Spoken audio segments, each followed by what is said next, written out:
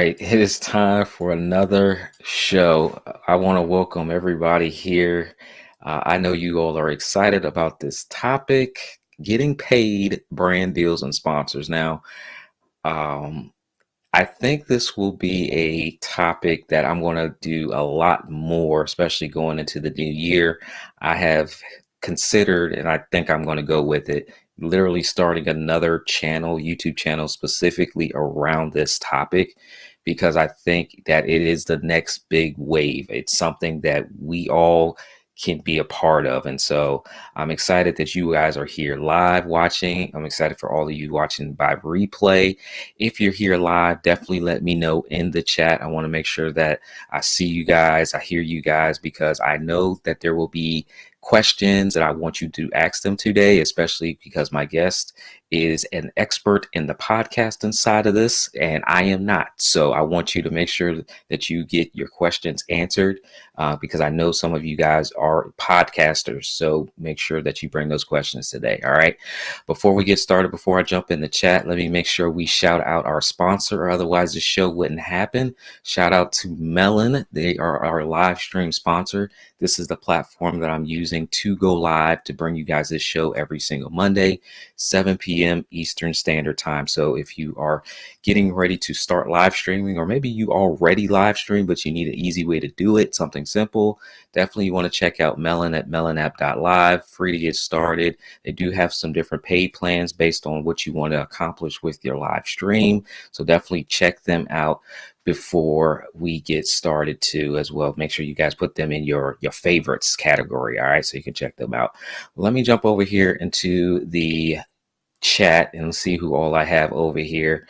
I see that I have Annette here. Good to see you. Bernade's here. Living Water. Quilter is here. Elicio's here. Good to see you. Cheryl is here off the jacks. Chris Stone is here. Good to see you, Chris. Keith is here. Awesome. Good to see everybody.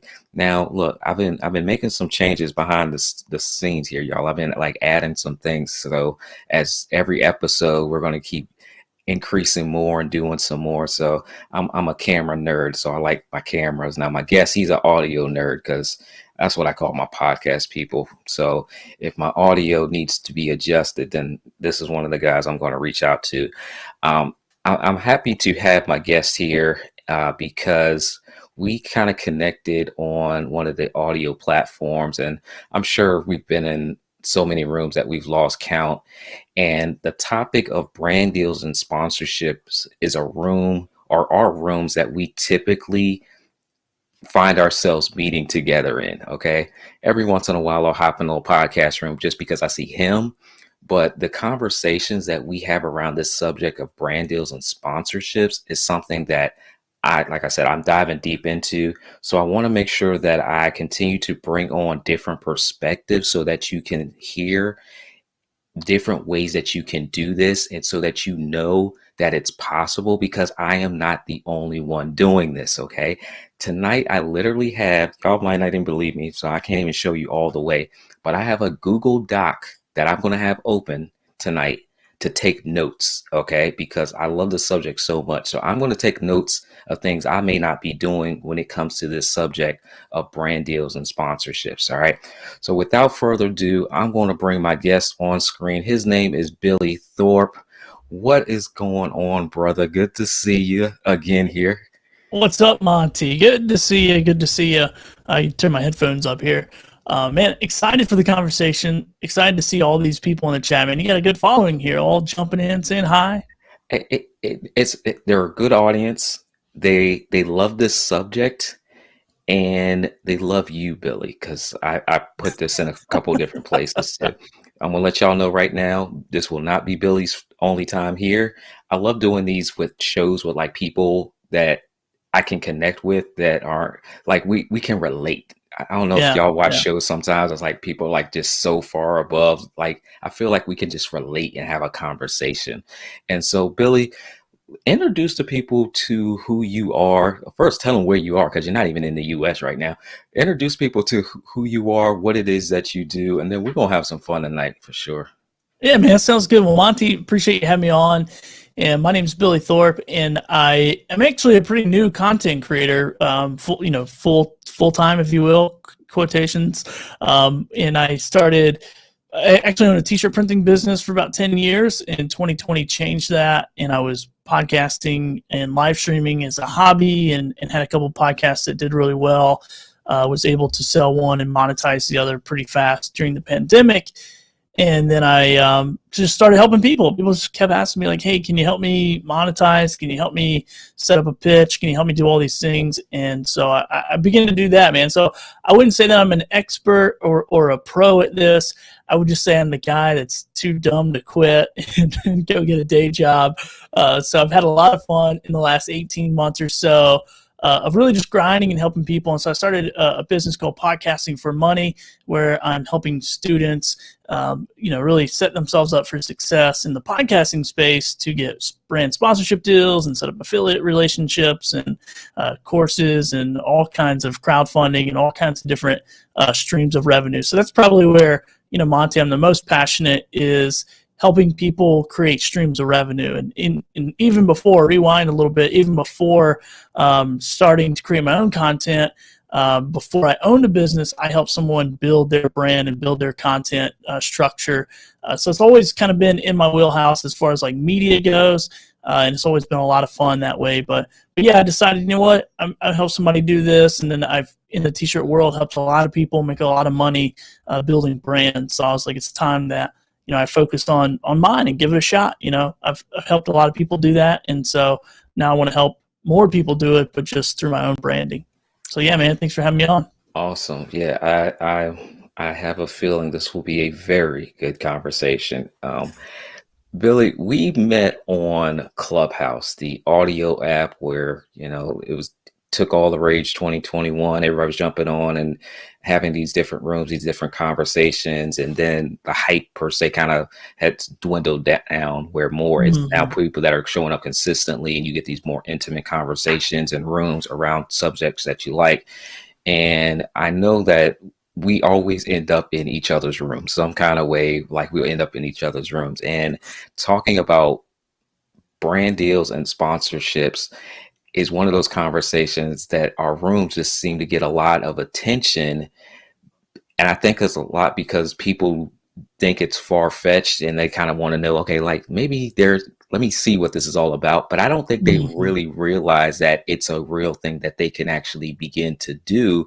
And before we went live, you guys, we were just kind of talking about some of the conversations that have actually resulted in people winning and getting brand deals just through the conversations that we're having on these apps.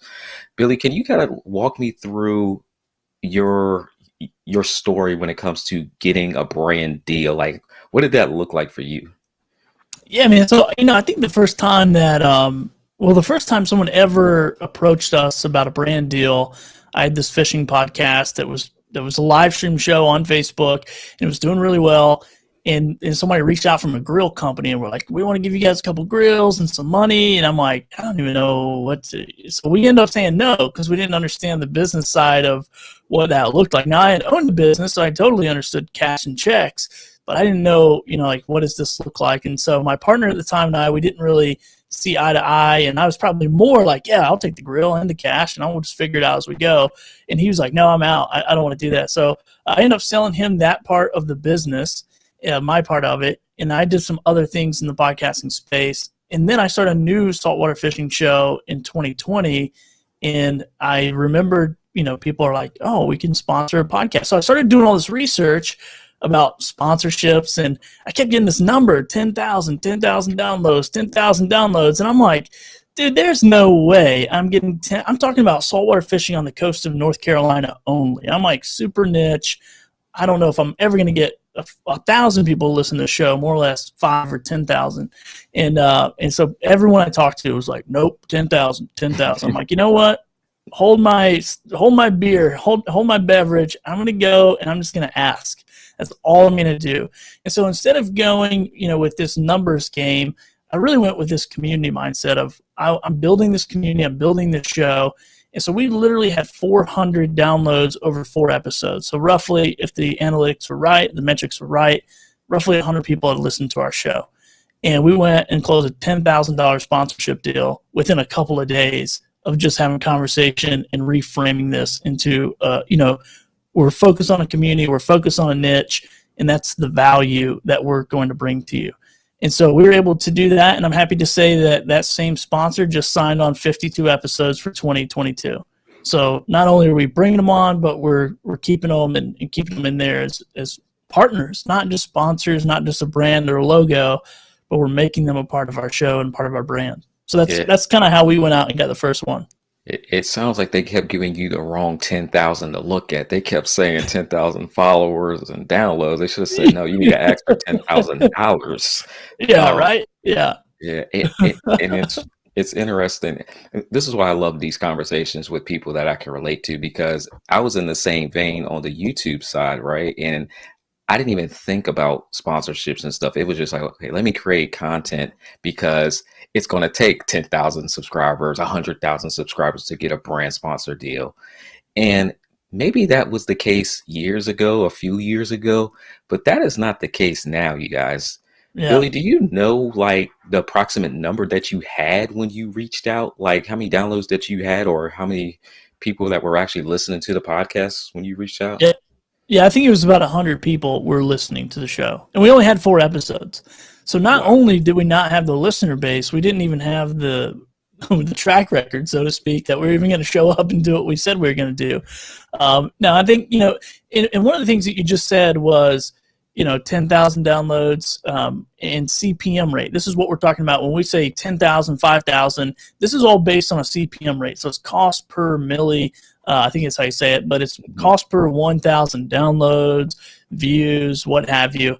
And when I started to look at that, I used to sell traditional advertising. I used to sell newspaper advertising. So I'm going, whoa, wait a second, Mom. I'm like, this all goes away. This newspaper, this billboard, this magazine, this print ad, whatever, this Facebook ad, this Instagram ad, all this stuff disappears. But with our podcast, we were baking in these ads, and we were tracking people who are listening to episodes, like before. This was before in the four episodes, but on my old show, I knew people went back and listened to those shows, and I knew that was valuable.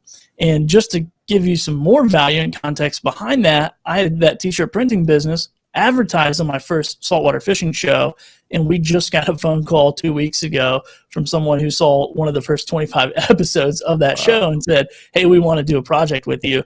And I said, where did you hear about my business? And he's like, oh, that saltwater fishing show. And it was the first one, not the second one. And so that's the power that we bring, and that's what we try to incorporate into those conversations. This is a one-time ad spin for a lifetime ad. In our case, now you can do replacing and all that kind of stuff. We don't do it. We want partnerships, and we want long-term partnerships. Yeah, I see Bradley said that's a boss way to move, thinking about it. You're creating evergreen content. And that's one of the things. I had a conversation with someone, and we were talking about just that evergreen, where I remember live streaming and like one person would show up. All right. And you're thinking to yourself, as a new live streamer, only one person's there, but you never know who will go back and watch that video and watch that episode. So the value you bring it just as much as if you were talking to 1,000 people, even though there's only just a few people there. So I love how how you shared that story, and that evergreen content is incredible. Most of what you do, Billy, is on the podcasting side, right?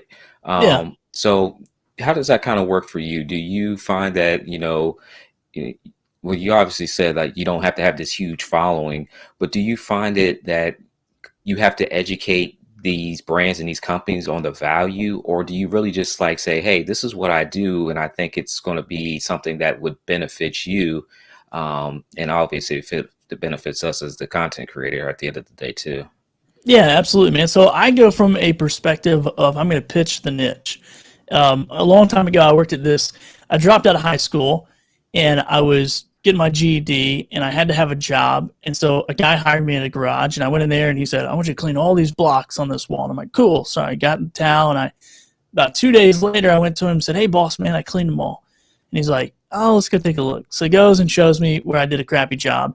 And then he told me this one thing, Monte, it stuck with me forever. He said, Billy, if you'll focus on quality over quantity, you'll always win. If you'll do quality work over quantity work, because I don't want you to do it as fast as you can, I want you to do it the best you can. Now, it might take you longer, but when you get done with that project, one, you're going to have a job longer here because I've hired you to clean blocks on the wall. And then two, I'm going to be happy with you at the end of that project, so I'm going to bring you back and hire you again.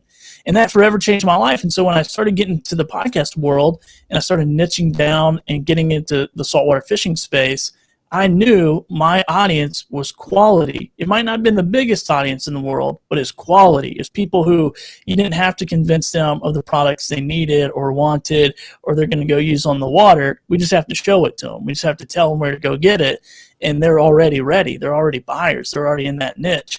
And so that was really my strategy all along, was like, how do I build a quality audience and not worry about the quantity? And if the quantity comes, good, then my rates go up. Like, that's fine. Like, I'll use CPM as a base model. I'll add 100% to it, and then I'll just up it as we go. And that's how I can raise my rates, is using that CPM model. But yeah, I mean, I think, it's just quality over quantity in my mind. And that's how we've been able to go and really bring value to that sponsor, to say, hey, you can put your bill, you can pay all this thousands of dollars a month and put your billboard up, but I want you to drive to that billboard every day for the next month and look around and watch everybody looking at their phones. They're not looking at the billboard. But when they're listening to it, they're taking it with them, they're on the move, then that's what's going to happen. So, yeah, man, that's kind of been my, and it's real simple. Like, people are like, man, you're crushing it. How you crushing it? I'm like, I just ask. Yeah. So. Good to see Bradley here, Chris, Landia, good to see you, Stacy, good to see you guys here. When you said something that's key, like everybody like looking at their phone, like the way marketing is done now, we have to be in where the consumer is, and they're on their phones or in these social media apps. And right now we're beginning to see that these businesses, these large corporations, these brands, these things that we're buying every single day, they're beginning to notice that, hey, we need to figure out a way to get in front of our audience. And it's not through traditional methods anymore. It's through these digital and these social platforms. And what they're doing is they're reaching out to quote unquote influencers, right? Every time I say the word influencers, I think of Cheryl Inside Story. Y'all got to ask Cheryl why. Cheryl's, what her theory was on influencers and what her theory is now on influencers, right? But at the end of the day, we have an audience, people that come to us or look to us for information or resources. Just the other day, Billy, someone was like, hey, what ring light should I get for? And I'm just like, I don't even use a ring light. Like, I never promote ring lights, but yet they're asking me about a ring light. I don't own a, well, I've been given a ring light as a sponsor deal, but I've never like used it. And how do you kind of see what's going on right now? Are you seeing this like shift where, these brands are paying more attention to people that we have small audiences, whatever small means these days? Yeah, man. And I think the thing that I've noticed, and one of the things I coach people on and really preach until I'm blue in the face, is there's a big difference between your audience and a community. And I'll put it into like, if you go to see a comedy show, or maybe you're doing a comedy show, maybe you're the comedian, you're on the stage, you're telling your jokes. Well, the guy that's in the back having a drink, telling his own jokes, got his own crowd, kind of, honing in, kind of jumping in and out of what you're doing.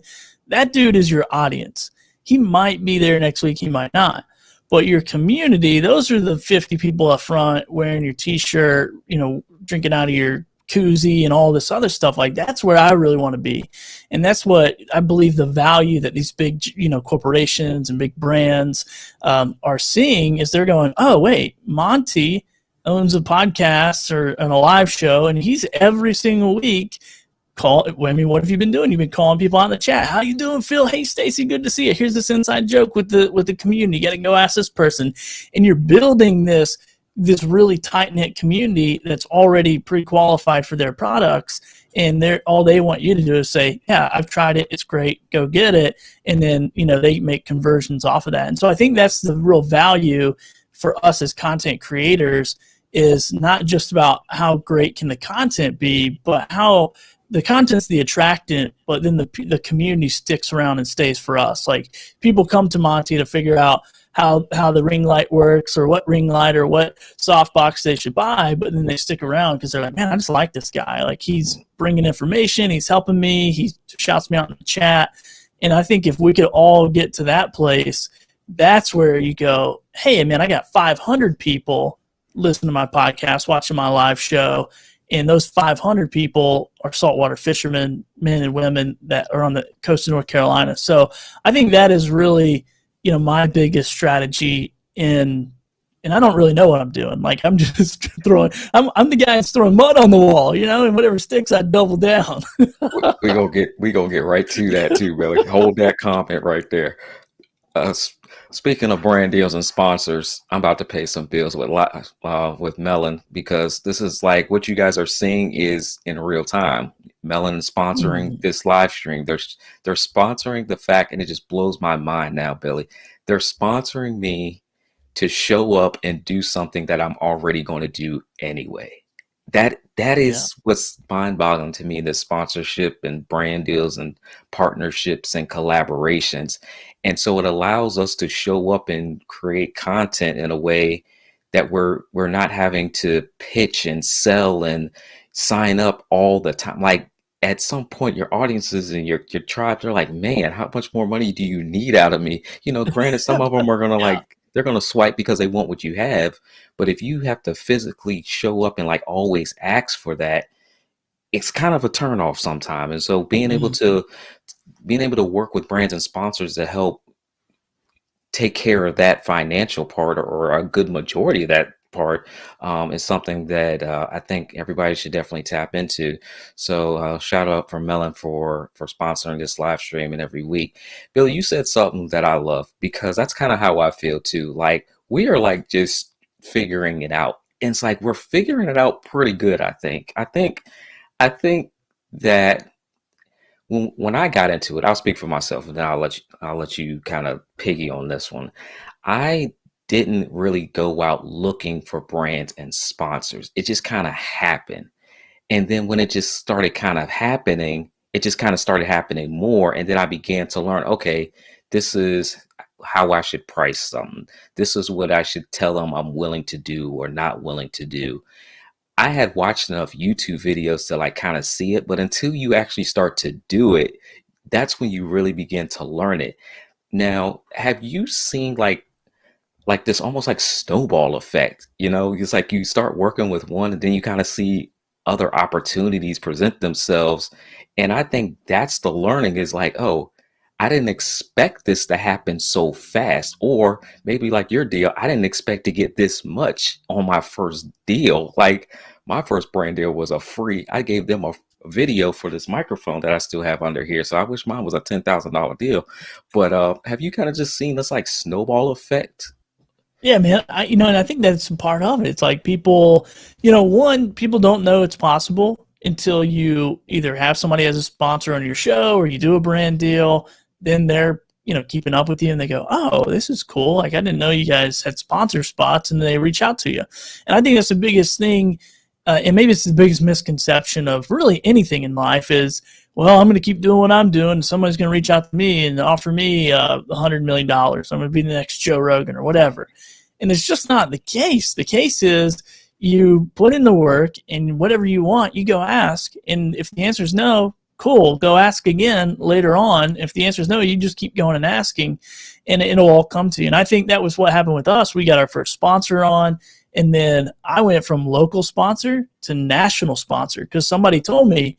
And I react to a lot of people and what they say, because they're like, yeah, well, it's a local show, the local sponsor. I'm like, all right, hold my beer, because I'm going to go get a national sponsor just to show you that this same system works. And so we were able to go sign a company that has 1,400 stores around the U.S. And so we signed them on as a sponsor, and then we did another brand deal with another large company that's has product all over the country as well. And I think when you get your first yes is fuel for the fire, because you don't care about no's. And really reaching out and doing a lot of outreach is a sales gig, man. I mean, I spent 2 weeks selling sponsorship deals for 2022 but I'm happy because I know I'm getting paid in 2022. So I've done the work for a couple weeks to get paid for an entire year.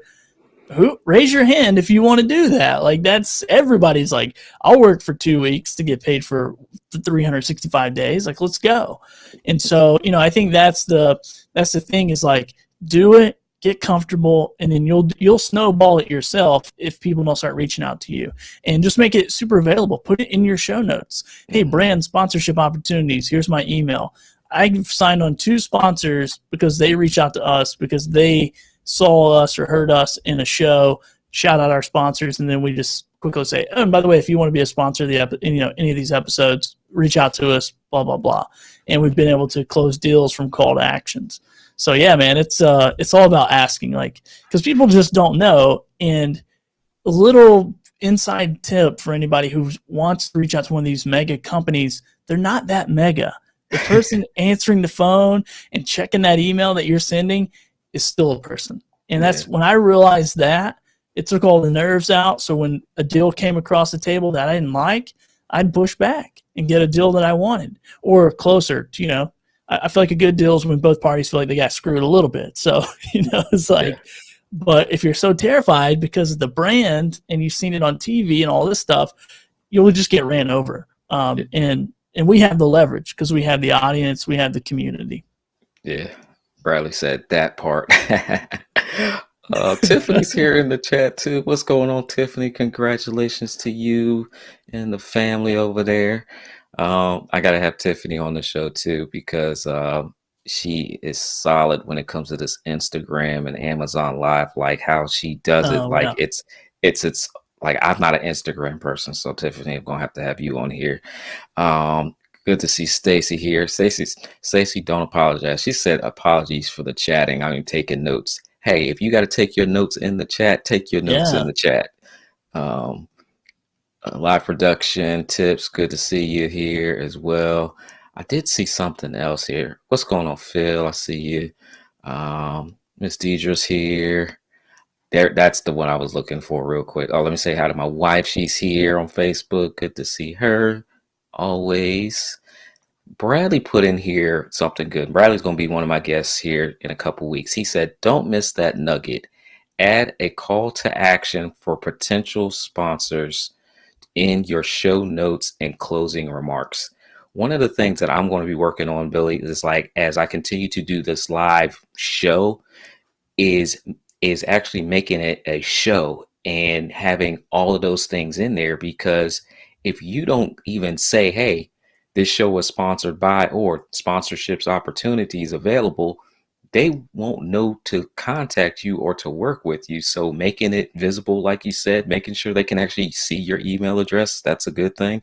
If you want them to call you, make sure you got your phone number in there. Make sure your account is not on private. Like, if you want to be contacted, make sure you make yourself available to be contacted. And that's how I get a lot of mine. So do you get emails, Billy? Do you get a lot of emails? Do you get DMs? How do brands and companies reach out to you? What does that communication look like? Yeah, so in our space, man, it's still a little bit old school, especially in the fishing space that we're catering to. So there are a little more emails and phone calls, which I enjoy because I oddly like making cold calls and introducing myself. And, right now it's so new that what we're doing is, it's a lot of fun, man. Even in the Amazon Live space, like I talked to a friend of mine I go to college with, and he runs the Amazon portion of a really large corporation that we all know by name. And I was like, hey, dude, do you know about Amazon influencers? Have you ever checked it out? And he's like, no, man, I don't know anything about it. So we're really positioned to inform and coach and really be the first people on the front lines to build these relationships with, sponsorships or brand deals for Amazon Live. And so I think it's, in my thoughts, like, they might reach out to, via email, we might reach out to them or phone call, but it's really an educational conversation for them.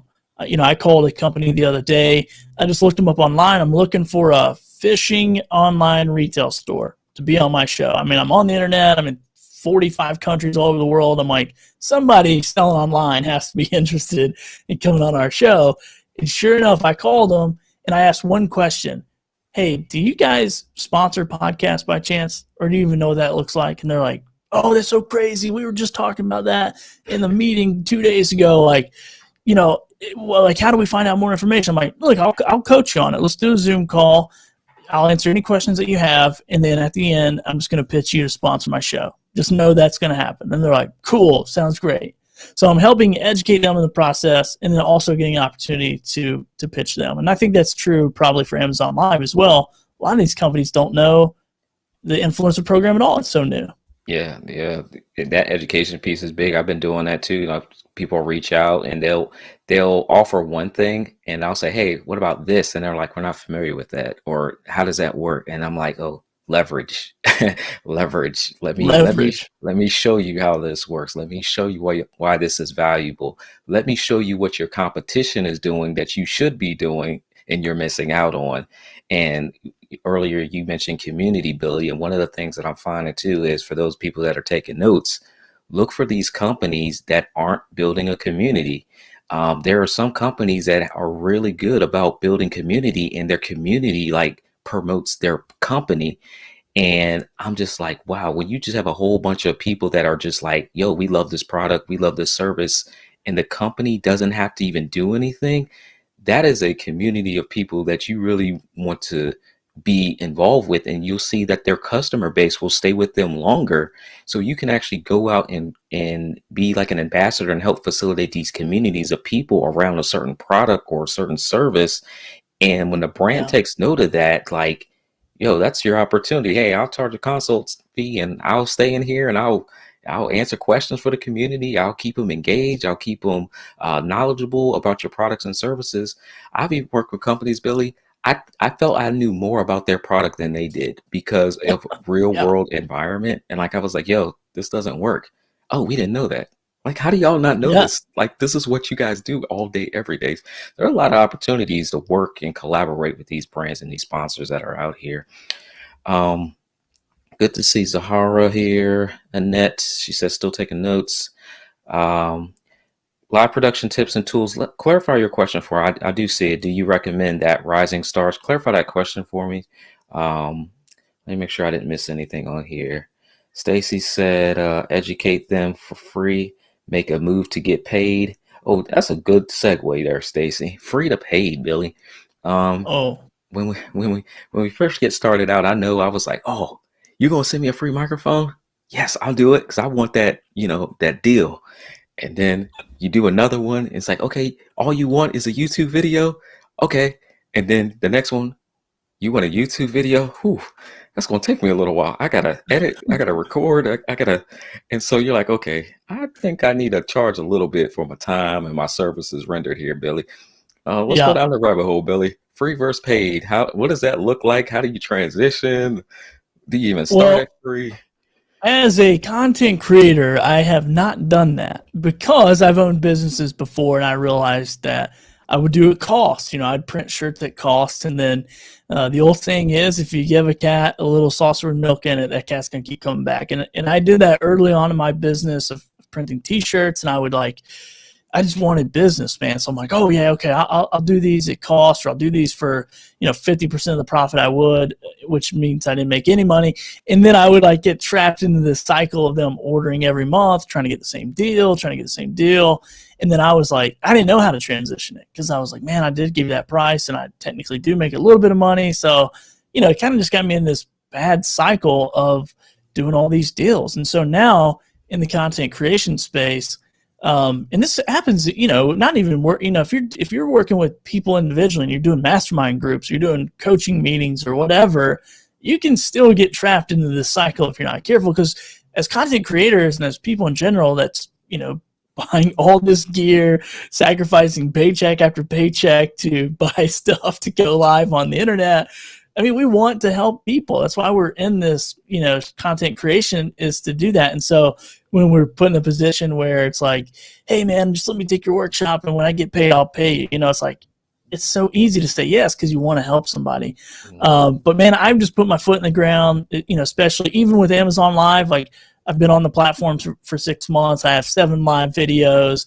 I have, 15, 16 shoppable videos, and a brand reached out, and I reached out to them, and I still put money to it because I'm like, if there's, and I get it, they can send me the product, whatnot, but I still put some money to it because I just have to start that relationship that way. And that's my expectation at the end of the day. So I just have to be like, this is my expectation in the beginning.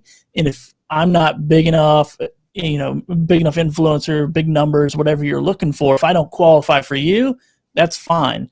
But I can't just give you a non-qualified deal for myself.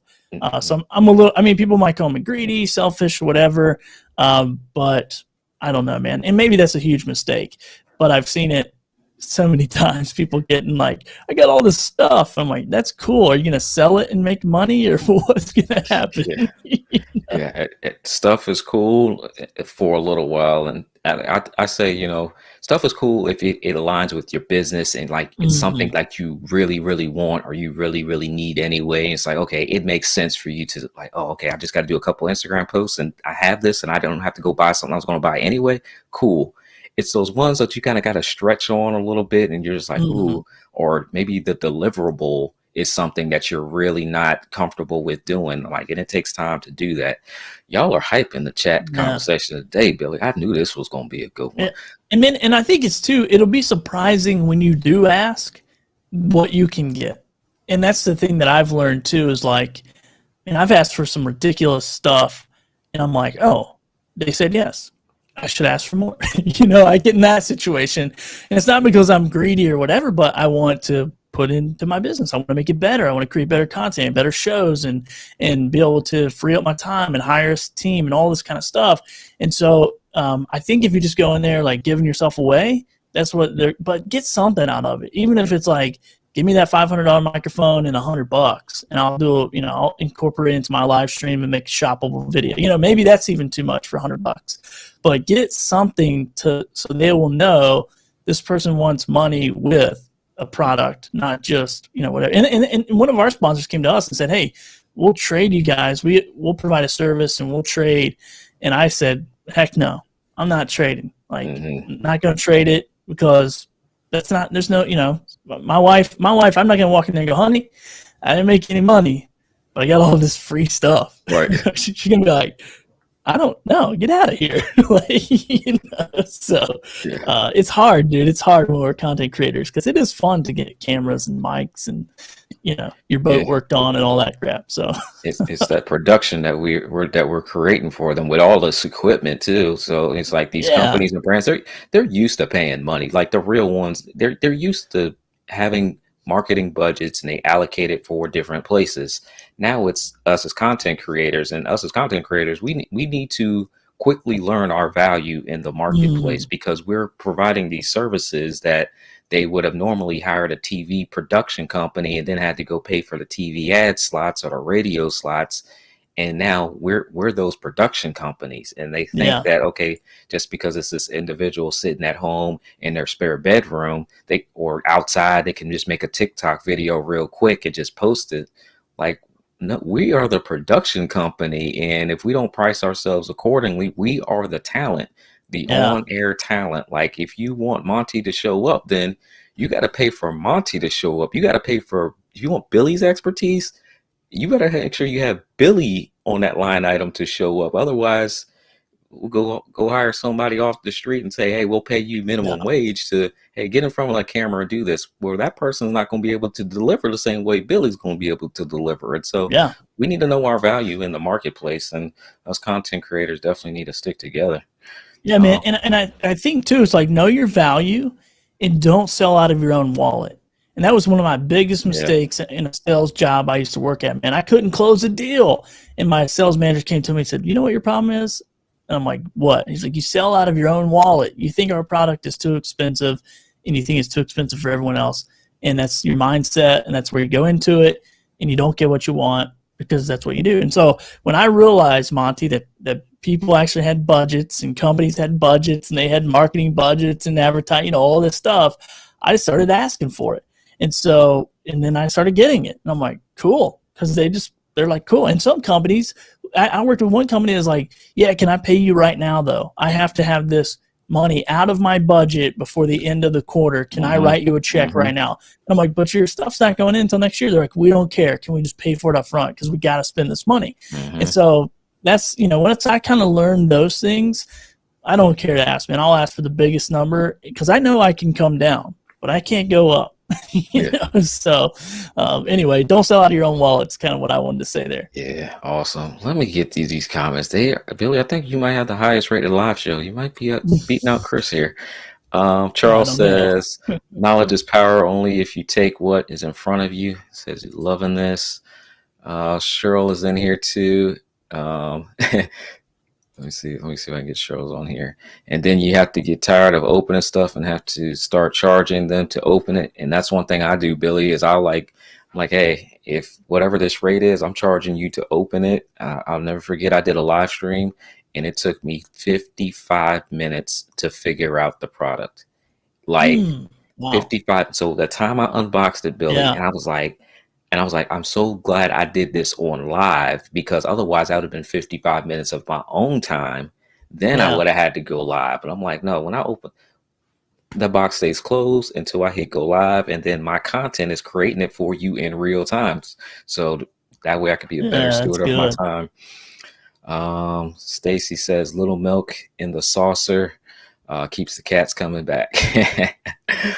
Love it. All right, let's jump into this question here. All right. Do you recommend adding contact information and sponsorship info on Amazon live streams for rising stars, or is it better to wait to get to Insider? What would you say, Billy, on that? Man, I am probably going to defer to you. I think the thing with me, and especially with Amazon, is I'm pretty new to it, man. I've just been really active the last several weeks and seeing some results. So I'm like doubling down. Now I'm throwing mud. I see it stuck. So now I'm doubling down.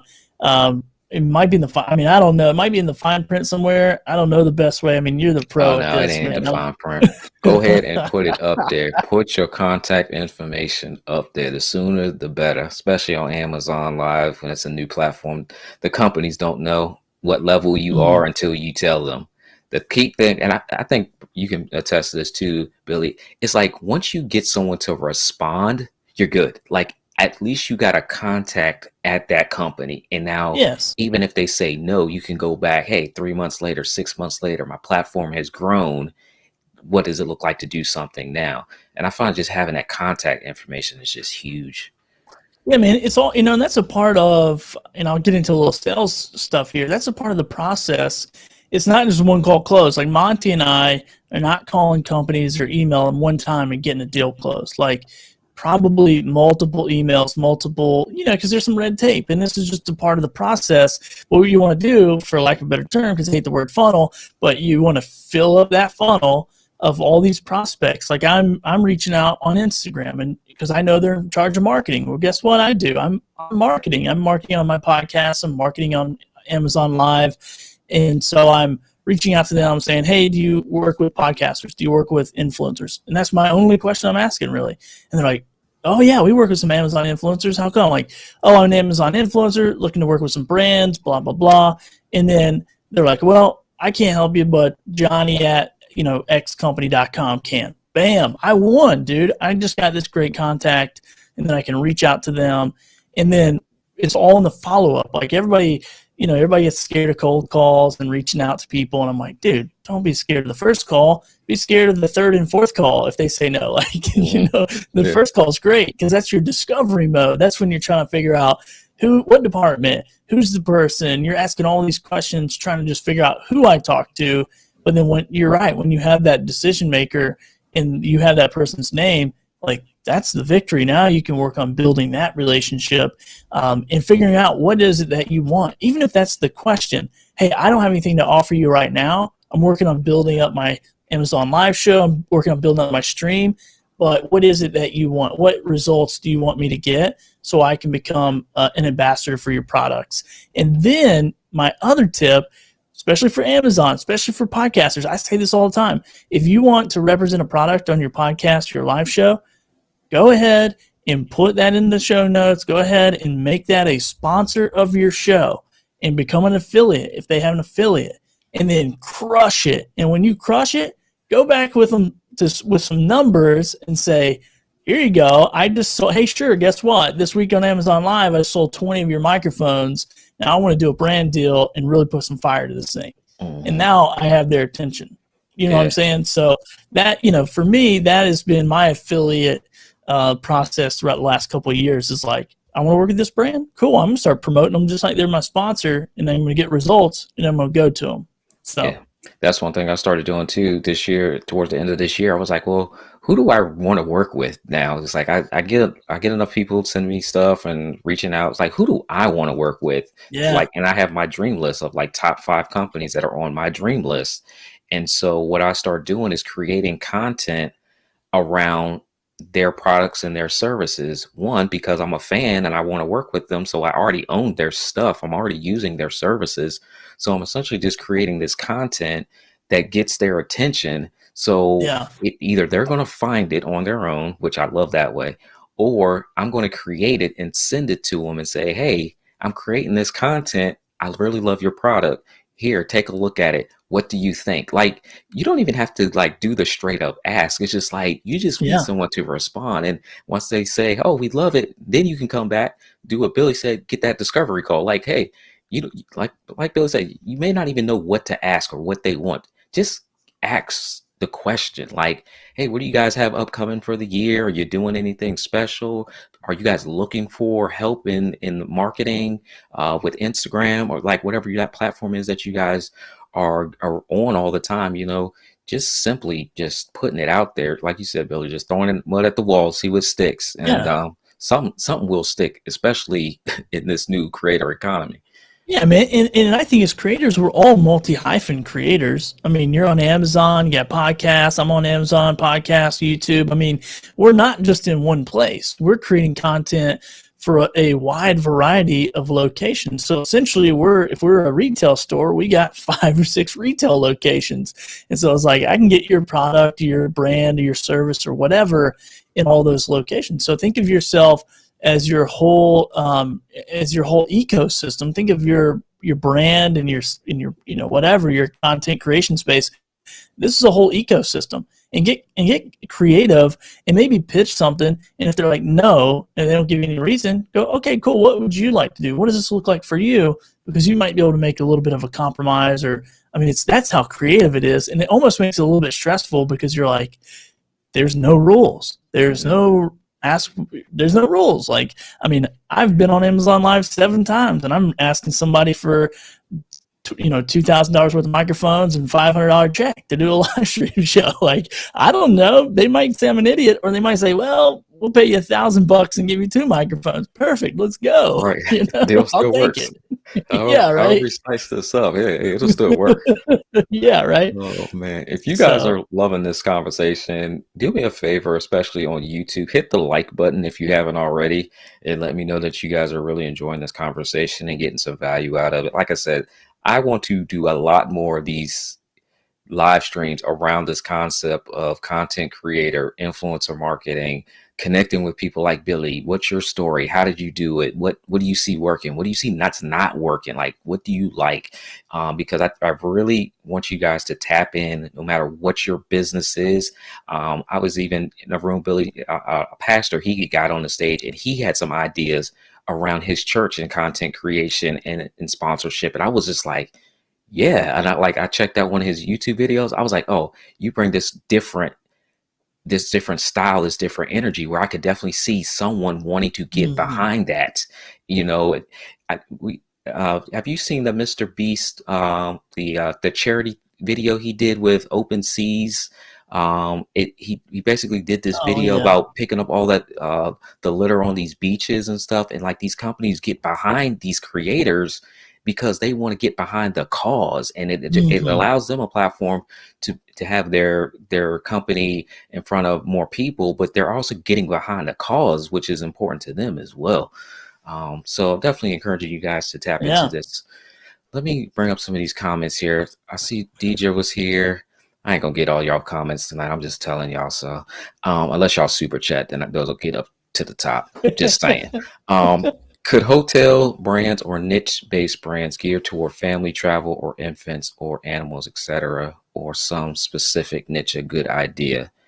Yeah, I think it's wide open. I think going to the hotels, going to the companies that sell products to those hotels, like family, family infants. I literally had Amazon reach out to me. They saw my I did this live stream because thank you guys for that, donated to me and my wife and newborn daughter that'll be here any day soon. Like, we actually had a date, but I'm just letting y'all know any day soon. So if y'all don't hear from me, like in Heck my, yeah.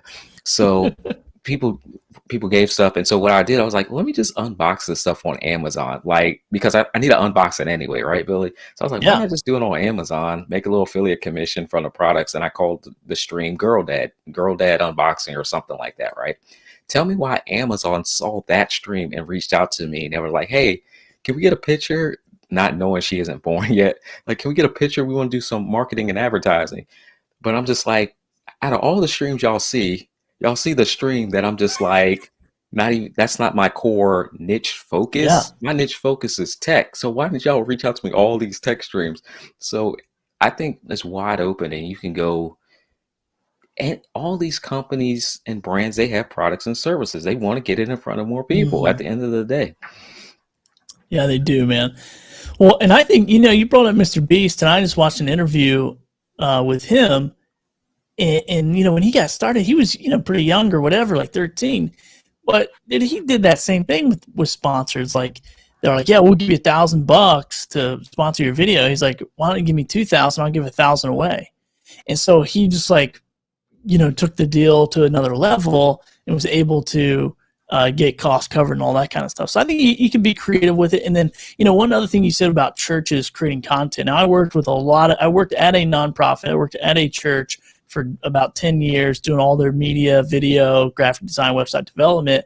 And then when I left and started doing t-shirt printing, I worked with nonprofits because I worked at one. I realized the pain points and all that kind of stuff. And so I started helping them create brands and creating multiple streams of revenue through apparel. And some of those people were creating content. And now it's easier than ever to go live on YouTube, to get shirts printed and get them made, to get those books printed. Like, you could write a book or record a series of videos, have it transcribed, and sell it on Amazon and never touch a physical copy. I mean, it's just insane the amount of streams of revenue that you can do. And I apologize, man. I'm in Puerto Rico, and there's like a crazy rainstorm just beating the window. So if you hear some rain, that's me. Hey, no problem. It's my show. Let the rain come. It's probably raining money out there for you or something. 10,000 on your first. Let me keep going. I gotta go collect some money. Stacy says in the chat, she says, know your value in the marketplace and don't sell out of your own wallet. Yes. There was a question in here. Let me see. I saw that one too. Don't sell out. Yeah, Billy, don't sell out your own wallet. That might be a t-shirt there. It looks like a lot of people got some value out of that. There was a question about, look, the professor's in the building. I popped in on his Amazon live show. I didn't get a chance to comment, but I popped in on his Amazon live show. Always good to see him. I got to get you on the show too. There it is. Here we go. Yeah. This is a tough one. It's like, I don't know. I'm afraid to ask for my worth. Help. Here's the thing. Like, I think this is where you got to get around people like Monte. You got to get into Masterminds, the one that Monte runs, and you got to jump into these Friday meetups and these streams like this, because you got to get around people who understand your value better than you and let them speak into that thing. And I think that's one thing that in my life, man, I never thought I was valuable. I grew up in a broken home. I mean, it started from early on. I just thought I was a piece of crap. Like, that's just how I was raised. And it was like your second thought, third thought, and so my whole life I've been fighting, like, am I worth this? Can I do this? And then I started surrounding myself with people who were like, man, you're good at this. Like, you're good at doing live streams. You're good at podcasting. You're good at coaching people. And I'm like, but am I really? Like, are you being honest? Or you just being my friend? They're like, no, man, I'm being 100%. Like, there's nobody that does it like you. And so when I was surrounding myself with those people, then I started to get this confidence, and not arrogance, but just confidence enough to go like, man, if all these people are seeing it, surely these, people will see it as well. And so I think it is a process, man, especially depends on where you come from and, your upbringing and all this stuff. I mean, I can get a little, philosophy in here, but it's like, dude, for me, it was an uphill battle just to get confidence to turn on my phone for the first time 2.5 years ago to do a live stream on my personal Facebook page where it's mostly my friends and my family. So, I think if that's some of the stuff you're working through, you got to work through some of that and then get around those people that are doing what you're doing and understand it. Because I can call my mom right now and go, Mom, guess what? I don't have a job, but I'm on Amazon Live and I'm creating podcasts. And she goes, you better go get a job. Like, you got a family, you got a kid. I'm like, she has no idea. I make way better money doing this than I would be doing anything else. And so get around those people that understand it. And I know that's a long answer, Monte, and sorry to go there, but I just wanted to go a level deeper than just, well, you got to ask, because it's not that easy if you're really struggling with that. Yeah, and that's why I have you on here, Billy, is because we can give the real answer. Like, yeah, like the guru would say, just ask. But like, that's a process, and I'm glad you said that, Billy, because it's a process to ask the question or to know what you are worth in the marketplace. And like when we say we are figuring this out along the way, we are really figuring this out along the way. Like, and I think we've made some really good steps on figuring this out without being taught how to do it. Like, it started to happen and we had to figure it out. And when you get around people that are learning it and in the process of doing it, it helps you go further with it. I have sounding boards of people. I'm like, hey, what does this even sound like? Does this sound right or not? Because they have more experience in it.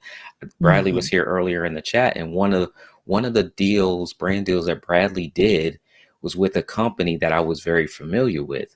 And quite frankly, I had did something with them before, but I didn't know how to price my services of what they were asking for. And when Bradley did his deal, like, he was my sounding board, like, hey, this is what the offer is. What does this look like? He was like, don't do anything less than this. And so for me, I was like, ooh, that's a big number. But the reason he was able to say it was because he had already gone through it. And so he knew the stumbling blocks that came along with it, the challenges that come along with it. So there was a reason he said, don't take anything less than this, because he knew what that would be. One of the worst things to do is to price yourself too low. And then when at the end of the day, you in the red, you didn't realize, oh, I didn't realize this video was going to take me 4 hours to record. Oh, I didn't realize I had to edit this video and like it's taking a little bit longer than I thought. Oh, they need this deliverable by next week and I got to be out of town for something. Like, there's a reason you're going to price yourself, and so you got to learn how to get around people that have done it. The equipment, oh my gosh, Billy, like we were doing the behind the scenes a little bit earlier, right? Like, your equipment alone, like, I did a YouTube video and I think I said like $15,000 studio. It's gone up from now, but I'm like, I look at the pricing of the equipment, right? I have like 4 cameras turned on right now just to produce content. So when you start adding in not only your time, but then just the physical equipment, that goes along to create that content, you'll learn very quickly, like, oh, you're going to have to ask for a certain amount, because otherwise you're going to be taking a loss, and no business can stay in business if you keep taking losses. But that's a great question, because she's not the only one that has that question. Yeah, it's kind of like when you first got that, like, I'm going to go live or whatever. It's that, because we struggle with a lot of things as creators, like, what is my value of my perspective, what I'm going to say about this, and this is a thing with Amazon Live or podcasting or whatever. There's a lot of podcasters out there, and there's a lot of really good podcasters who are way better than me, way more advanced. But one thing they don't have, and that's my most valuable thing, is my story and my perspective and what I bring to the podcasting industry. Same with different products and how I use them on Amazon. Sure, there's a million videos probably about this Shure microphone, but the way I use it, my use cases, my opinion about it, all that stuff is way different, and it's valuable to somebody. And somebody out there is going to connect with me more than they connect with somebody else. and I'm going to win their business. And I think that's how the world works, is make as many connections as you can and connect with people that you connect with naturally. And these are brand people too. Like I work with a marketing director at one of the companies that signed that contract for 2022 with us. And she's like one of my favorite people. I know when I get on the phone, it's going to be a 2-hour conversation. And we're talking about babies. We're talking about this stroller, that thing. We're talking about everything in the world. And then the end of the conversation's like, oh yeah, we'll go ahead and do the next year. By the way, I meant to tell you that at the beginning of the call. And I'm not even thinking about that. I'm just thinking about this relationship that we have. And so find those people and don't try to impress the people. If somebody just says, hey, I'm not interested, I'm not going to talk to you, blah, blah, blah, move on. Like, you might get back and revisit, but there's natural people that want to connect with you and brands that make the most sense for you. And Monte, earlier you said, in 2022, I'm going to figure out who I want to work with, moving forward, because you are now building your brand to this opportunity. So I love it that you're, being that dialed in and going, who can I represent with integrity? And this is a big thing in content creation space, is who can I really have this integrity relationship with, to when their product or their service comes off my lips, I really mean what I say. Mm-hmm. And for us, we do that, man. We say it with conviction of, here we know these people, we'll do business with these people, we have these products or whatever. So yeah, man. Anyway, I could rant all day about this stuff, man. I love it. That's where we're at. If we can go over by like 15, 20, we good. Because I like these conversations go by so fast, but they're so good and they're so valuable. Man. I see. So I'm gonna speed through. If you guys have a question, I'm gonna give you time. If you have specific questions for Billy around this concept, go ahead. Throw those in the chat right now. I'll give you guys some time to throw those in the chat. I have all of Billy's information linked on Facebook and on YouTube. So go ahead and put those in the chat. Let me make sure that I do shout out our sponsor again, because I'm going to go through you guys' comments. I'm going to fly through them here, the ones that were already in there, because I want you guys to know that I see them.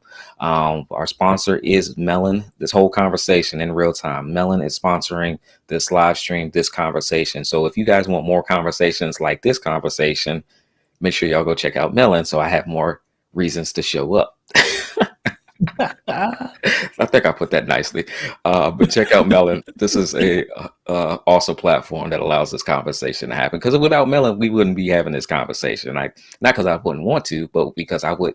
Y'all know how it is. When you don't feel like doing something, you might not do it. And I'm like, so if I got to show up live, I got to turn on the cameras. Like, you guys get to sit back and watch. Like, I got to turn on the equipment. I got to make sure it's all working. I got to coordinate with Billy because he out the country. Like, hey, make sure you're on the right time zone. Because y'all know how it is. You have a meeting with somebody, they're on Pacific Standard Time, and they on their time. So that, like, the coordination is all 4 hours apart and stuff. So let me get through here. Let me make sure that I'm going to scan manually y'all's comments over here. Good to see my people over here too. A-Hood is here. Good to see him on Facebook. My guy holding it down in the Amazon Live group on the Friday meetings. If you guys are not in my Amazon Live creators community, make sure y'all jump in there. Ramonica's here. I've definitely wanted to tell a story, but because of time, good to see her as always, because when you said like people might want it in a different style, Billy, that is exactly what I told her to do on a YouTube video. I was like, hey, I won't say it because I could say it, but I'm going to say it high level. I literally said, Ramonica, look at the YouTube videos that are here and look who is not here, who is not being represented. And I'm like, that's the easiest win for you, because there's no one that even comes close to this. I'm like, do the video. And that video, I think now has like 88,000 views on it or something. She gets affiliate commission, all that good stuff from it. Wow. It's y'all, we can do this. Y'all, we can do this. Just, Catherine's here. I know Catherine's killing it on Amazon Live. Catherine got her husband over there working for her and everything. I saw Catherine with the kids out there. Like, creating content, you guys, is something that we can do. Like, it's like grabbing the phone and just like hitting the record and hitting go live. That is content. Okay. All right. Zahara's over here. I ain't gonna get to everybody's questions and insights. Tell him, Billy, I'm gonna go back and look at the numbers, Billy. You're probably gonna have the biggest show. All right. Anytime you talk about money, man, people are interested. How do I do what I love and get paid? Billy, all right, rabbit hole. All right. Living Water Quilter says, is it good to use other podcasts on my own podcast? Yeah, that's definitely a Billy question. Is it good to use other podcasts on my own podcast? Yeah, we can do that. I don't know. Are you talking about repurposing other people's shows for your podcast? Are you talking about repurposing content that you create on like YouTube for your podcast? Can you clarify a little bit, and I can maybe get some thoughts? Okay. And then I see Chris over. Chris is laughing. He said, "Yeah, I need a redo." Chris, we definitely gonna get you back on here. We're gonna have to do a three-way conversation because I can definitely see that being fun. Because Chris is Oh yeah, with Chris Giles. yes, Yeah, yeah, man. yeah. Yeah, I love that guy. I Oh, met here, him on Clubhouse too, man. Early on Clubhouse. yeah. Oh, I got Danny Dodges here. I love this guy. Um, oh, so Billy, do you use an ATEM, Billy? No, I don't. Oh, No, okay, I okay. don't. Well, No. the ATEM is one of my favorite devices. So this ATEM right here, my video switcher, like I needed something for it. I needed like a stand for it because you know how like everything Oh yeah. we need an accessory for. Yeah. Danny Dodge makes these 3D printed stands, and this thing has been like one of like the best non-tech but essential tools Oh in wow. my production because it's 3D printed, it's light. I take this thing and it's like my mobile battle station. So I like actually have two workstations going on here. My Danny Dodge station, which is my switcher, and then this is my other station with my Mac and everything. So I prefer to use my Danny Dodge station, which is over here. So good to see him here. Um, That's awesome. he says, how do you set your value and do you base it on what you offer, the perceived value you present, or the size of the company you're selling to? Ooh, that's a really good one. I'll let you Hmm. go first, Billy, unless you want me to go. Yeah, I say with podcasting, it's kind of funny, man. My first brand sponsorship deal. This is how we came up with pricing. I looked at my co-host and I said, "How much money are you going to make every time you sit down and record an episode?" He's like, "I don't know, $100." I'm like, "Cool, me too." So we're like $200. That's how we priced our first, sponsorship deal. It was like $200 a show or whatever. And now what my strategy is I do have a bigger audience. I do have a growing community, and so I'm kind of bringing all that into perspective. And I do take, even though I don't pitch a CPM rate, I bring a CPM rate into the equation for kind of a base. I want to make sure I'm not under that because that's what the market is saying, or traditional advertising market is saying is fair. So I want to make sure I at least am looking at that as a base, and then I'll take that and move up, percentage. But for us, we might be shooting ourselves in the foot, but we are trying to sign consecutive shows. Now this is where I get a lot of questions from Monte on the Amazon Live side, because on the podcasting side, I'm trying to get as many shows as I can. So we have different breakdowns of how many, so different frequencies, different prices. The more you buy, the cheaper it is, kind of like anything else. But so we're trying to keep it consistent for everybody. So we have it in our media kit, we send it out. That's what we do. Now with brand sponsorships, I'm throwing numbers out, man. I don't even, I'm kind of like, if somebody's watching this show I reach out to, then they're probably like, "You dummy," but I'm literally just kind of like saying, "Hey, here's what I would like to get paid. I feel like this is the time it's going to take me. I got to learn your product. So you're going to send me the product, you're going to send me some money, but now I got to take time to learn it. How long is it going to take me to learn it?" And I don't really know some of the answers to these questions. It might take me 2 hours to learn that, that camera. It might take me 2 days to learn that camera. I don't know, but I need to learn something about it so I can give honest feedback and use it. So I'm figuring that out as far as brand sponsorships for products, because for podcasting, it's pretty simple. Like we have it into our show. We have it into our show format, and you can pick kind of what you want, and we'll make that happen. But dude, Amazon Live has turned me up on my head because, one, I'm used to niche. So now I'm like in this free world where I'm like, dude, I don't have to go niche. Like I just, if I'm doing lives, I'd be themed. If I'm doing shoppable videos, I guess I'd do whatever. Like I'm still learning that world. And then, as far as pricing goes, I'm still messing with that one too. So Yeah. that's the podcast side of it. Yeah, I think it's so true, Billy. I think it really does depend on the platform because, like like my homie Tiffany, she's over here. She's on Amazon Live, and she has a huge Instagram following.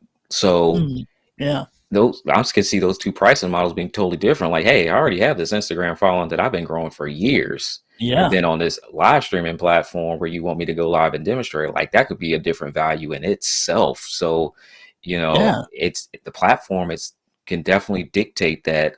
Because some of us may prefer one over the other. Like, I'll go live on YouTube in a minute, but if you want me to do an Instagram reel because you feel like I can create content for it, I might charge you more for Instagram reel, even though I have way less of an audience over there because I just don't want Yeah. to kind of learn. Like you said, I got to learn the platform. I have to learn your product. So there are a lot of variables. I wish I had an equation, but Yeah. some of the things I know I'm non-negotiable on are like my time rate. So I have a certain number in my mind per hour that Hmm. if I go any less than that, I actually could be more productive doing another task altogether. So if that hourly rate if it's below it, then I just say no by default.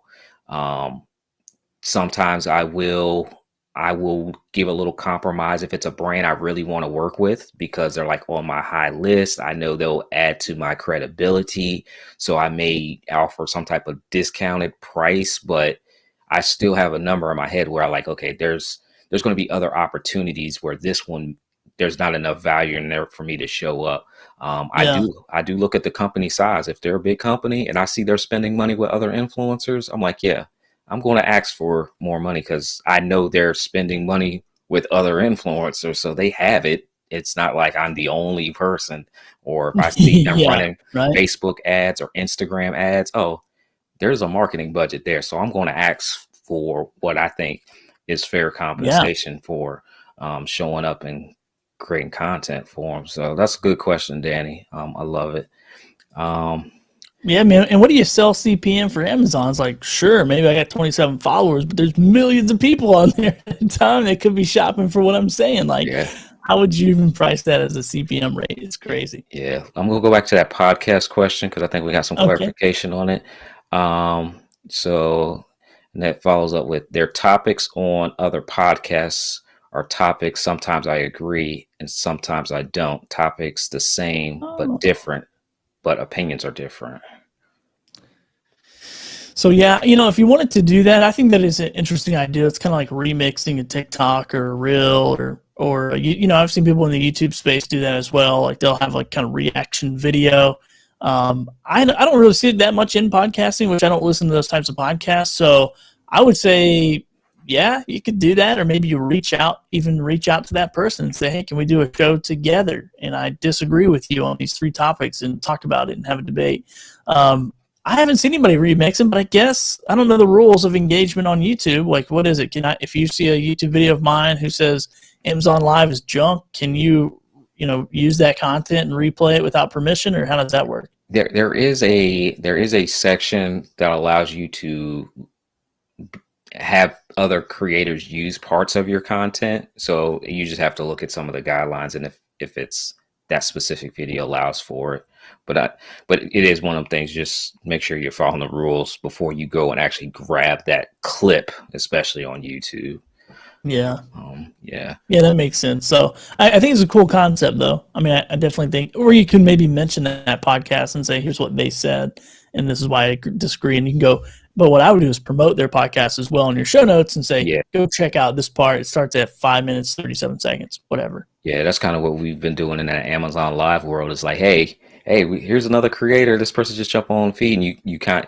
It's like I think we want to do it anyway, but I think we're actually it's a good thing that we do it because it's like encouraging people to know, like, yeah, this live on Amazon is a place we want you to come hang out. So hang out with this person and this person and this person because if any of them go live, you're back on the platform, and chances are you'll come back here. Oh, I feel like my Mm. teacher moment coming Yeah. on. If you're good at what you do, people won't come back to you anyway. So it's like sharing the fact that, like, I tell all my guests, I'm like, hey, whatever you got, if you promote it, I don't care if it's the same thing I do. Like, I don't care because people will gravitate to who is going to be the best fit for them. And that's what you Yeah. want, especially if you're a Yeah. coach or consultant. Like, there's some people I don't want to work with, Billy. Like, That's right. you might be Yeah. cool, you might be able to pay in full, but I may not want to work with you because our personality types are different. You may be thinking one thing, I'm thinking something else. Like you might be a better fit for somebody else. And I have Yeah, man. no problem like handing them off to somebody else. And so it's the same thing in this content Yeah. creation space. There are some people that brands, gravitate to because like you may just have the knowledge and expertise in a certain area, and like you just know it. Like it don't matter what you look like, what you sound like, but your expert level is so good that brand just recognize that. They can like, hey, can you dial that back a little bit or something like that? But they really want you at the end of the day. So I just kind of went off on that tangent. Yeah, man, I 100% agree. It's like, especially because in the Amazon Live space, podcasting, YouTube, like, man, we need each other as content creators. We need to support each other. We need to be going on each other's store links and buying stuff and, supporting each other that way as well. It's like,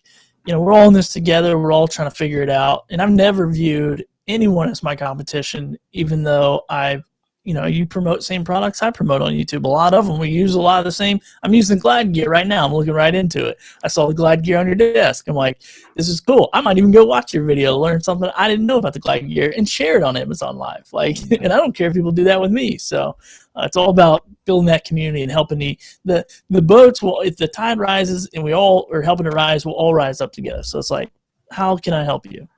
That's my question. So Yeah, we got one here. I saw this question. I was chomping at the bit to get to it. What do you think about Social Blue Book? I can't stand it. I think it is one of the worst ways to price your value. If I went by Social Blue Book, I would not be doing this show about how to price your services. I promise you I wouldn't. What Social Blue Book says I should be charging is so low that I would probably just say, yo, brand, just do it for free, because I don't feel like going through all the back and forth of the emails, like of doing a deal. Like there is time invested in the back and forth of negotiation, y'all. Like that, we'll do it. yeah. Billy will come back and we'll dive into this. But go ahead, Billy. No, I don't even know what Social Blue Book is. I have no idea. It's a website that you basically put in your follower count and your viewers, and it'll tell you what that offer should look like, how much you should charge a brand, and the numbers are so low. It's just like I'm not showing up for like $20 to like unbox it, do a full edit video tutorial, learn about all the buttons. I should have picked up right. this mouse because I actually love this mouse. But I'm not like, come on, y'all. It's like, y'all know y'all wouldn't show up to do some of this stuff just because they send you an offer doesn't mean you have to accept it. You can all right, I'm going to talk to my Amazon Live people real quick, Billy. I have people in the Amazon Live group, and they are charging way below what they could charge. I mean, way below what they could charge. Now, there are different pricing strategies, don't get me wrong. But the pricing strategy that they're using that aligns with how I price mine, there's a significantly lower. And the reason I know is because I'm getting those deals, and the company is like, oh, well, this person is charging this. Well, I can't do that because my baseline of how much my time is worth is not going to be this price.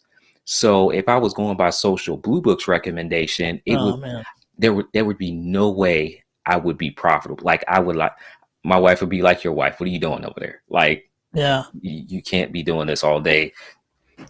And I think too, man, one thing that we have to realize as a community of podcasters and live streamers, whatever we allow is going to persist.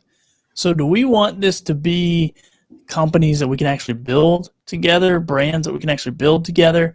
And that's why I tell people all the time, like, man, if you settle for CPM, if more people in the podcast space settle for CPM, that is leverage for me to settle for CPM. And I don't want to settle for it. So if I can teach you how to reframe sales conversations to bring more value in that 5, 10, 15-minute conversation, then it brings the whole community and the whole value of the podcasting community way up. But if we just keep getting raked over the CPM calls and people not recognizing the value of our audience, then sure, we're all going to be, like you said, eating ramen noodles. And I ate too many of those in college, so I'm not looking forward to it. Yeah. So yeah, definitely. I wouldn't promote Social Blue Book. It's one of those things like when you're researching the internet, it pops up. I'm like, okay, this is a good guide, and then I was like, oh, this is way below what these other people. Because all I need is one person to tell me what they're doing successfully, and like they just show it to me. I'm like, oh, if they can do it, I can do it. Like it's like this healthy competition type of thing for me.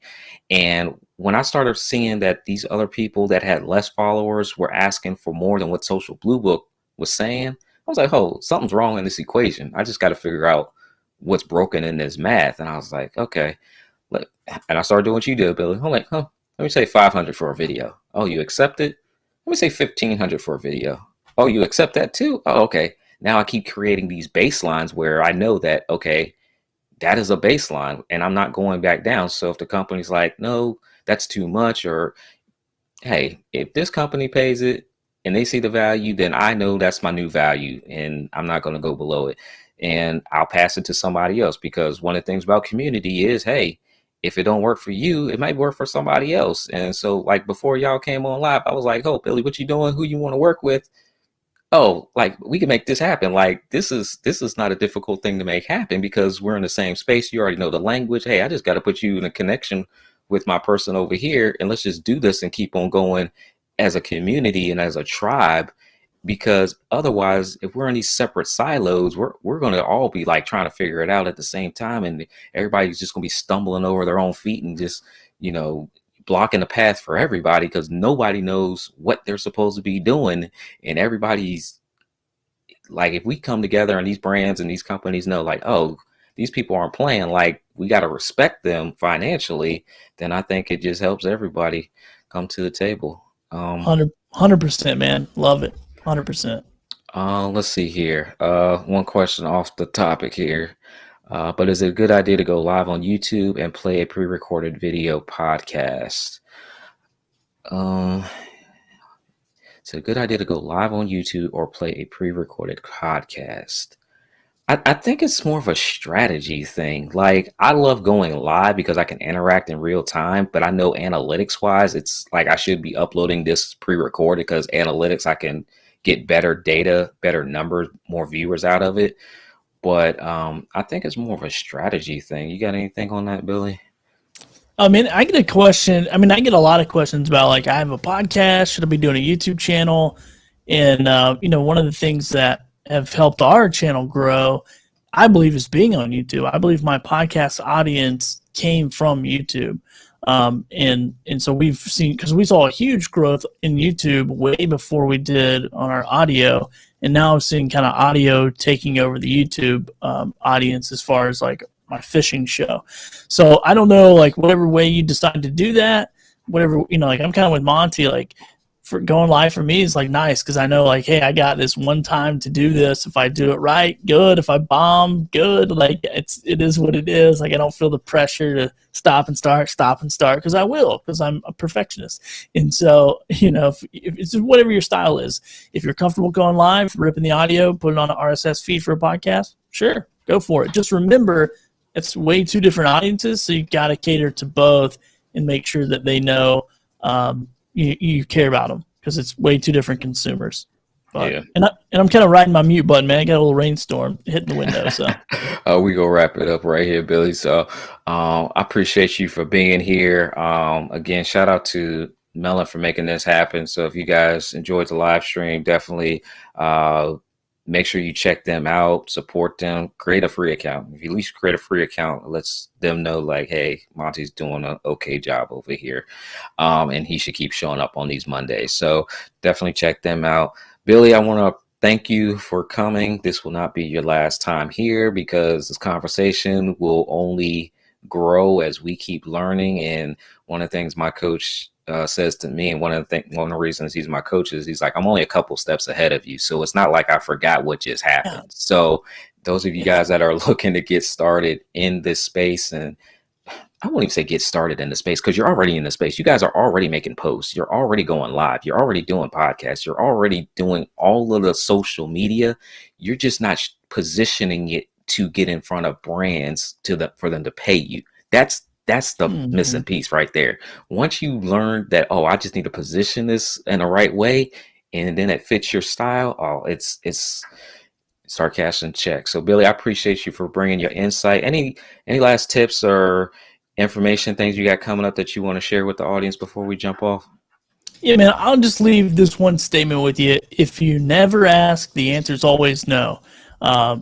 Not Nora, maybe it's Nora Robert, not Nora Robert. I can't remember who said it, but it's a quote I always remember right before I make a call, right before I reach out to somebody, because I'm nervous too, man. I've been doing this for years in sales, but I still, every time I set my computer, my phone, I'm like, if I don't ask, the answer is no. And then sometimes I get surprised with a yes, and a big yes. And, more yeses than nos on occasion, depending on what I'm trying to accomplish. So go out there and just take the risk. No one's going to do it for you. No one's going to do the work for you. No one sits down and creates content with the mask of you on. So no one's going to reach out to sponsors and try to get them to sponsor your show. So take the risk. I promise it's worth it. And if you're a podcaster and you want more information on this, I did create Monte a private RSS feed. So it's a 1-hour workshop. It's audio only, so you can take it everywhere with you. I don't even know what the price is, like $67. It's at podcastingformoney.com.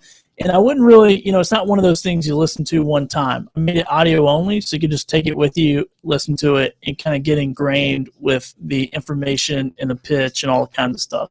And it comes with a sample media kit that I use, and then also like actual pitches and discovery calls and all that kind of stuff too. So some scripts, I should say. Awesome. Resounding Grace Church says, do y'all offer trainings? I'll go to you on that one, Billy.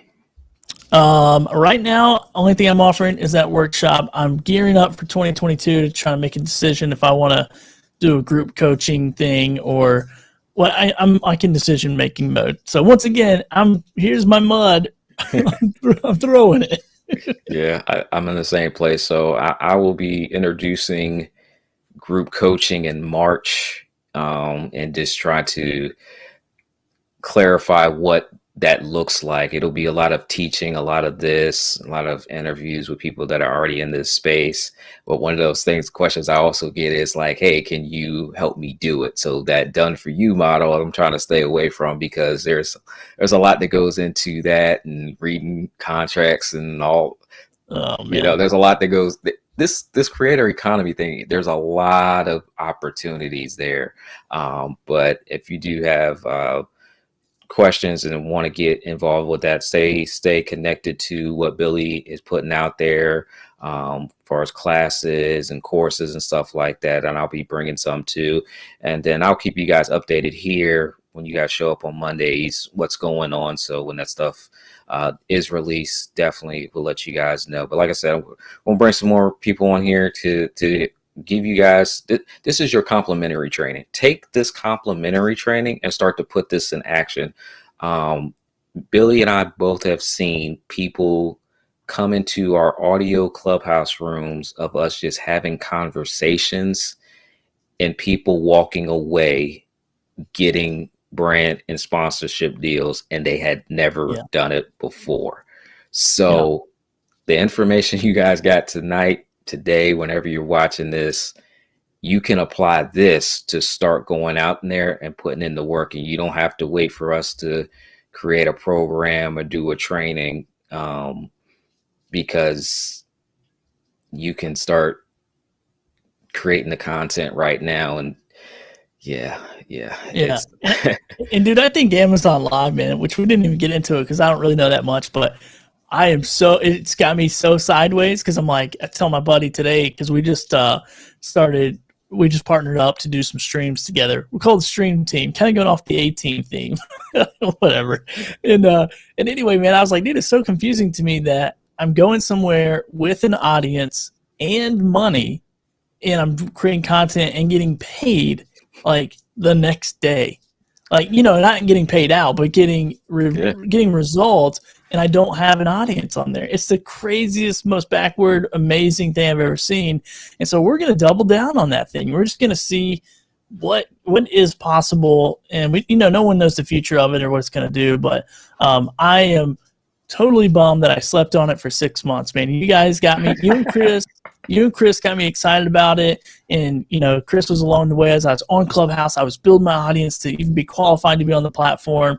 And I was building my Instagram like crazy. And then I got it and I didn't do anything with it. And now 6 months later, you know, I've made a couple $100 in the last week or two. And I'm like, man, I could be making a whole lot more money right now, but you know, whatever. That's my mistake. So don't sleep on it. Don't sleep on it. That's what I'm telling people. Yeah, don't sleep on this creator economy, guys, because there's going to be new platforms that come up, and if you are there and you know how to go live or you know how to create some engaging content, and that brand has people that are going to be potential customers and clients, it's just a matter of, hey, I can offer this content creation on this platform because I have it in my notes, these brands and these companies, they can't be on all these social platforms. Like, they would have to hire someone to manage all the platforms, and they're not going to pay $30, $40, $50,000 for that social media person to make sure that all these platforms are covered, but they might pay, hey, 15, 3,000, 5,000,